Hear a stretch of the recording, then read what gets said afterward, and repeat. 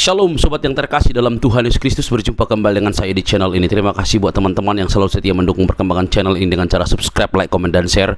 Tuhan dipermuliakan. Sobat terkasih, lagi-lagi kaum pembela Palestina atau HAMAS akan gigit jari. Kenapa? Karena mereka begitu loyalitas membela kepada tempat yang kurang tepat. Dan kali ini teman-teman, orang-orang Muslim Islam yang ada di Indonesia yang membela Palestina ataupun HAMAS akan gigit jari lebih detail. Karena apa? Karena Putri dari pemimpin HAMAS meninggalkan agamanya dan memberi pesan yang menohok bagi seluruh Muslim yang ada. Jangan kepanasan. Ini dia videonya teman-teman. Inside Gaza, but what happened next is a story you have to hear to believe. But before we get started, my friend, what was your opinion of Christians and Jews growing up? Okay, I had born and raised in Qatar, and my father is one of the founders of Hamas.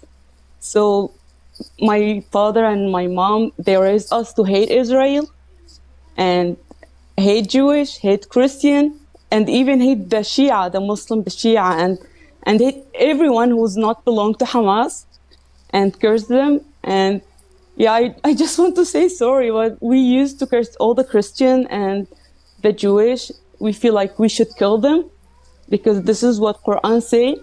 Yeah, I know it's crazy, but we used to believe in Islam, like we should kill all the Jewish, and even Jesus will come back and fighting with us. And he will break the cross and kill the pig, and the trees and the rock will call the Muslim and say, "Oh, Muslim, there is a Jewish behind me, come and kill." So it was crazy. Wow, so your father was one of the founding members of Hamas. You were eventually married to a Hamas member inside Gaza. How did you come to know Jesus? Okay, I've been married for 13 years in Gaza, but it was between 2002, I moved to Gaza. And in 2012, I started having questioning because I saw what Hamas doing in Gaza when they take on control. They said like we're coming here to make everyone equality, and they give people promises, and nothing happened.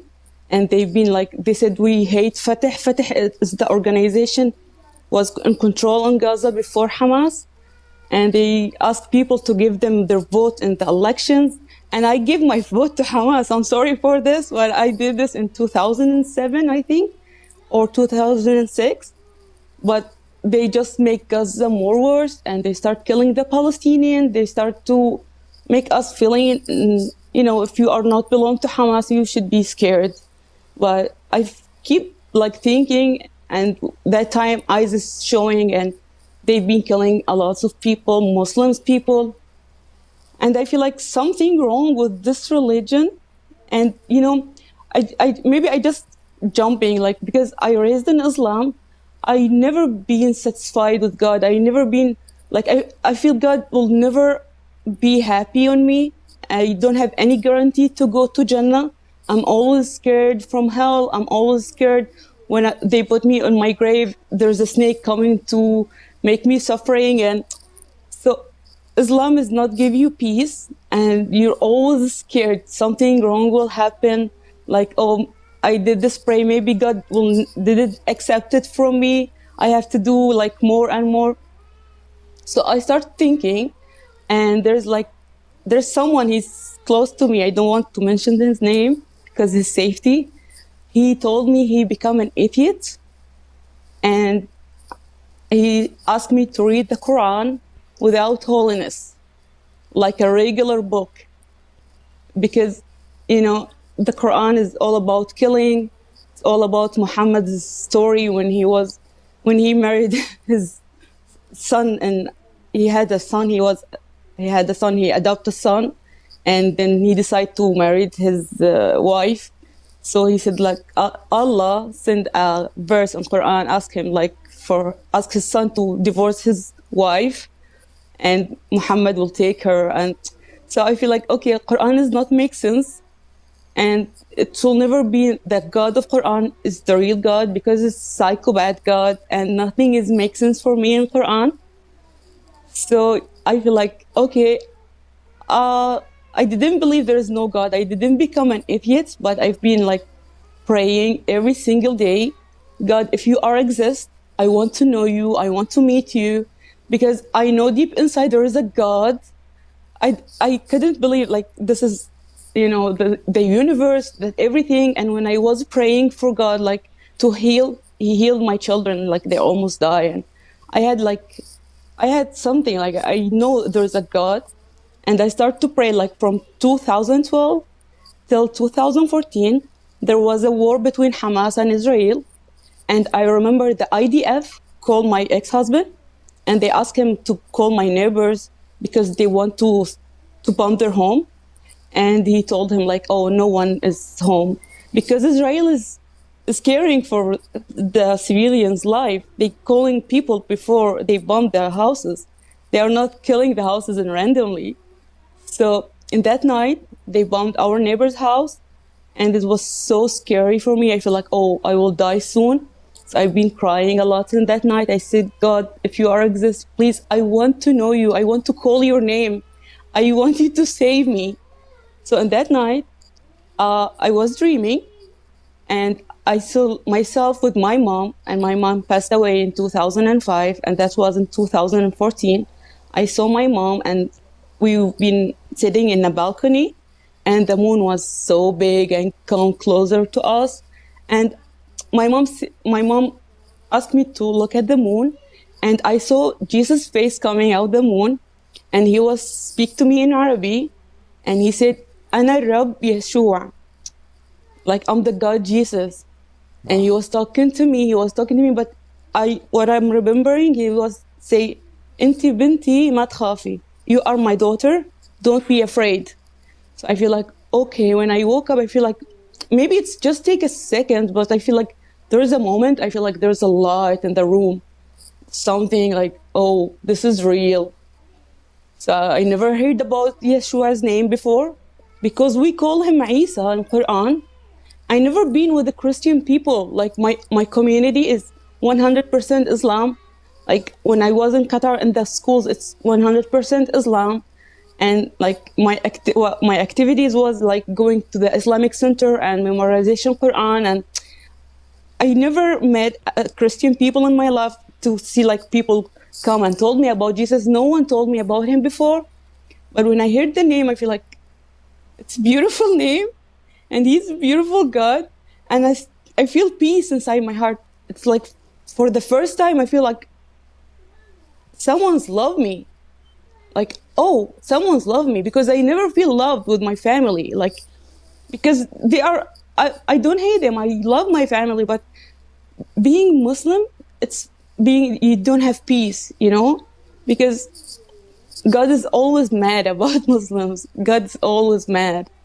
So, yeah, I feel like someone's loved me. So I start to search about his name in Google, and I found a Christian page. It's Egyptian Christian. And I tried to, like, when I opened this page, the first verse come to my face, it's love your enemies. When Jesus, I said, oh, who said love your enemies? Like in Quran said, like, we should kill all the Jewish, we should kill all the Christian, or make them paying jizya. Like, who asked to love the enemies? Like, it's crazy, it's like, so I start to sending messages for this page, and the admin, I didn't know if she's a woman or a man till now, but I will say it's she, but she asked me to read the Bible, and she told me there's thousands of Muslims are now seeing Jesus in their dreams and converting to Christianity. She said, you are not the first one. I feel like, okay, that's cool, because I thought it's only me, when I start to think. And the funniest thing, before I become a Christian and I saw Jesus, like when I heard someone become a Christian, converting to Christian, I feel like, oh, he will go to hell definitely. This guy, like, so now it's me, like, accepting Jesus in my life. And I started the journey with him. Wow, wow, Yeah. wow. What an amazing, incredible testimony. I mean, wow, praise God, praise the risen King Yeshua. That is, I had goosebumps. I'm like trying not to cry hearing your testimony. That's so unbelievably powerful. We're gonna have to have you back on for episode 1, 2, and 3 because you have just so much to share. Let me ask you a few more questions. You said your dad was one of the founding members of Hamas. What's your dad's name? His name is Abu Ja'far. They call him Abu Ja'far. His real name is Muhammad Qawasmi, but like because my oldest brother his name is Ja'far, they called him Abu Ja'far al-Qawasmi. Wow. Wow, wow, Yeah. wow. Well, let me ask you this. When you were saved and Yeshua showed up to you and it transformed your life, I can feel the joy of the Lord resonating off of you. The Holy Spirit is strong inside of you, my friend. But when you were saved, and then you looked at your ex-husband who's a member of Hamas, your dad who's a member of Hamas in general, how did that change the way you view what's happening in Gaza? Yeah, because you know what happening in Gaza, it's all about Hamas. Hamas always is starting to make troubles. Like we've been in peace till Intifada is happening. And we call like it's I know I'm Palestinian. I have Palestinian ID. It's like I still have my Palestinian ID. Like so but I know the right for Jewish, it's their promised land. I read the Bible. And even in Quran, it's never mentioned Palestine. It's the land for Beni Israel. And they said, okay, it's our land and we should kick all the Jewish. And I remember my grandma said she was living with her Jewish neighbor and they've been living love and peace. Like we've been living peace, but when Hamas start to make troubles and every time we have peace, and they start to send rockets, attack Israel with the rockets. So that's why Israel started to bombing. But before this, like nothing was happening. And I remember like after the war in 2008, Israel sent money to rebuild Gaza. And they promised Gaza's people, Gaza will be like a Singapore, but just let's have peace. But they doesn't want to have peace.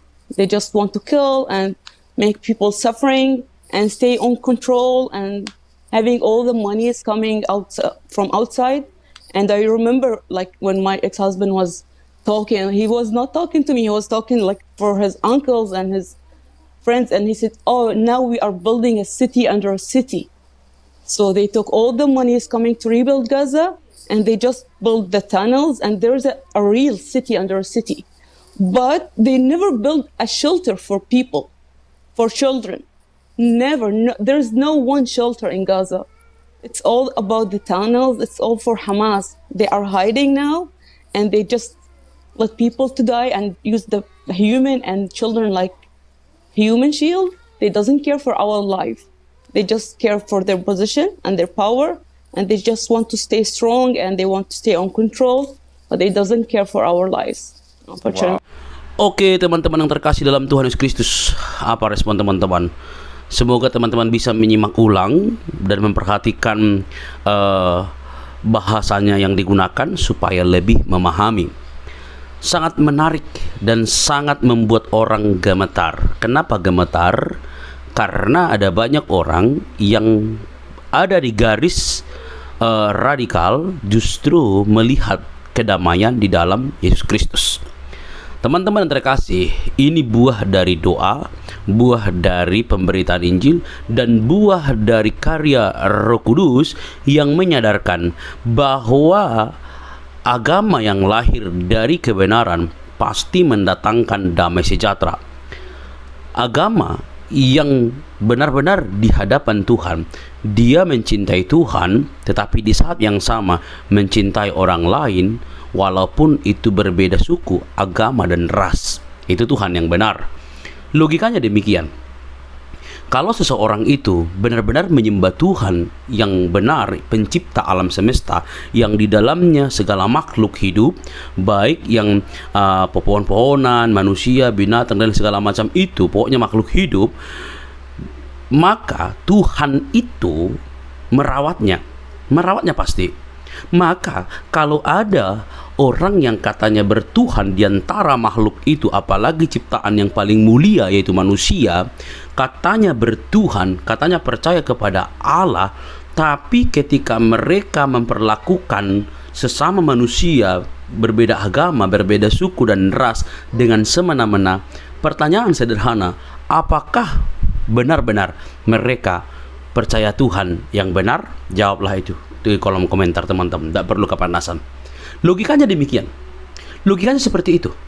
Orang yang cerdas, orang yang beragama, orang yang semakin soleh, orang yang semakin taat, dia akan semakin menunjukkan buahnya kepada sesamanya manusia. Jangankan kepada sama manusia, kepada ciptaan lain pun dia akan menunjukkan nilai-nilai dari keagamaan yang taat kepada Tuhan yang benar.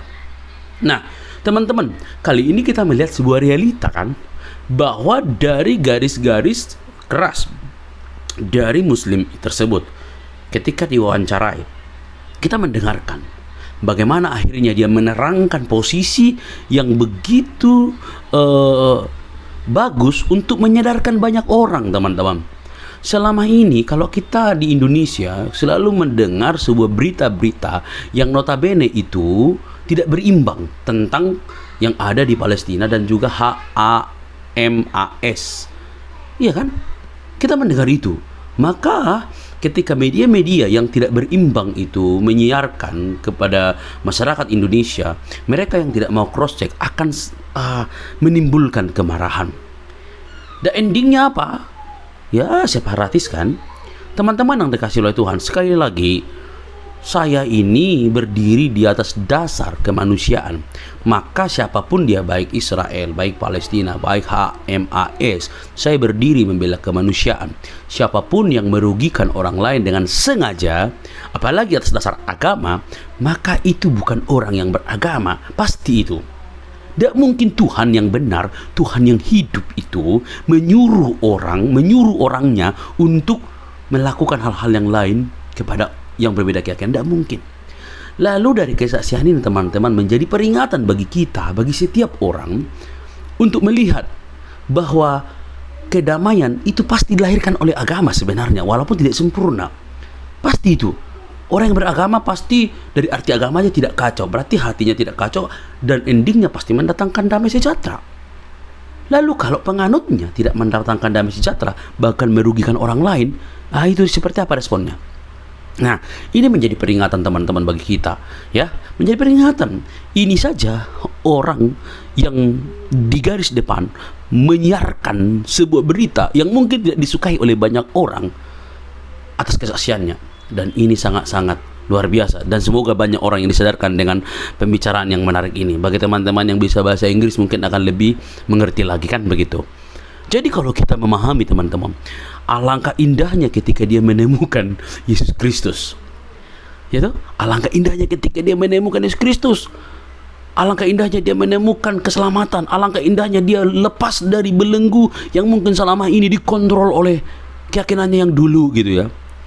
Dan saya berharap pesan-pesannya itu boleh meresap di hati setiap orang, membuka mata yang buta, membuka pikiran yang tumpul, dan membuka hati yang padam. Kenapa? Karena saya percaya Allah Roh Kudus, pribadi Tritunggal itu memberkati, menyadarkan, menginsafkan manusia untuk melihat Tuhan yang benar. Tentu Tuhan di dalam Yesus Kristus yang menjadi manusia, firman yang menjadi manusia. Teman-teman, saya rasa kalau dia masih ada saat ini, masih sehat, dia pasti bernatal kan. Ustad-ustad yang melarang Natal itu akan dijari lagi teman-teman. Oke, saya pikir kita harus berdoa ya teman-teman. Ya, orang-orang yang menolak kebenaran itu pasti suatu saat akan datang kepada kebenaran kalau Tuhan membuka jalan bagi dia. Itu aja intinya. Oke, teman-teman, tidak perlu kepanasan ya teman-teman. Tidak perlu kepanasan, tidak perlu baperan ya. Tayangkanlah hal-hal yang positif. Kalau memang hal ini tidak positif untuk Anda, bahkan mengganggu Anda, ya skip saja. Tapi kalau ini memberkati Anda, membuka cara berpikir Anda, ya silahkan pertimbangkanlah mana yang benar di hadapan Tuhan. Percaya kepada Tuhan yang Maha Esa di dalam Yesus Kristus yang mendatangkan damai sejahtera, mengasihi semua makhluk, mengasihi manusia, atau mempercayai sesuatu tetapi tidak sama melarang orang lain untuk berkeyakinan. Oke, teman-teman, sampai di sini ya. Saya sangat sukacita. Semoga di Natal ini makin banyak orang yang percaya kepada Tuhan Yesus. Oke, Tuhan memberkati. Jangan lupa untuk mendukung dengan cara subscribe, like, komen, dan share. Tuhan memberkati kita.